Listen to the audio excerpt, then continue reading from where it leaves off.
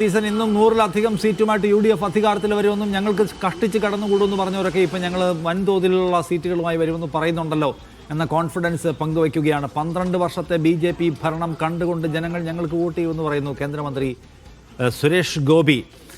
അദ്ദേഹവും BJPക്ക് അനുകൂലമായിട്ടുള്ള ഒരു നല്ല റിസൾട്ട് കേരളത്തിൽ ഉണ്ടാകുമെന്ന അഭിപ്രായം പങ്കുവയ്ക്കാൻ രാവിലെ സുധാകരൻ രാവിലെ വോട്ട് ചെയ്തതിന് ശേഷം വരുന്നുണ്ട്. അദ്ദേഹം മാധ്യമങ്ങളെ കാണുമോ എന്നറിയില്ല.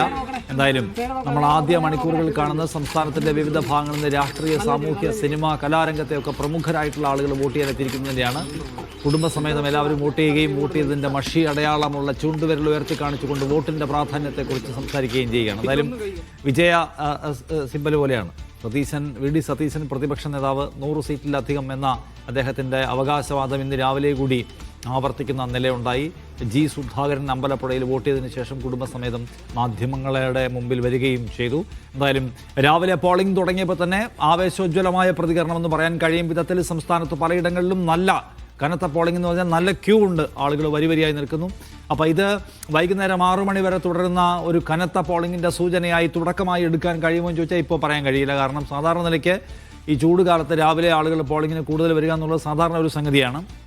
രണ്ടാമത്തേത് ഇന്ന് വ്യാഴമാണ്, വർക്കിംഗ് ഡേ ആണ്. സാധാരണ ആളുകൾക്ക് പണിക്ക് പോകിച്ചിട്ടുണ്ട് സ്ഥല ദിവസമായതുകൊണ്ട് തന്നെ ആളുകൾ രാവിലെ വന്ന് വോട്ട് ചെയ്ത് പോകാനുള്ള സാധ്യതയുണ്ട്. സോ എന്തായാലും നല്ല തുടക്കം എല്ലായിടത്തും എന്നാണ് നമുക്ക് തുടക്കത്തിൽ പറയാൻ കഴിയുക. എല്ലായിടത്തും നല്ല തുടക്കം രേഖപ്പെടുത്തുന്ന ഒരു തെരഞ്ഞെടുപ്പാണ്. പ്രമുഖരെല്ലാവരും തുടക്കത്തിലെ വോട്ട് ചെയ്യാൻ ശ്രമിക്കുന്നു.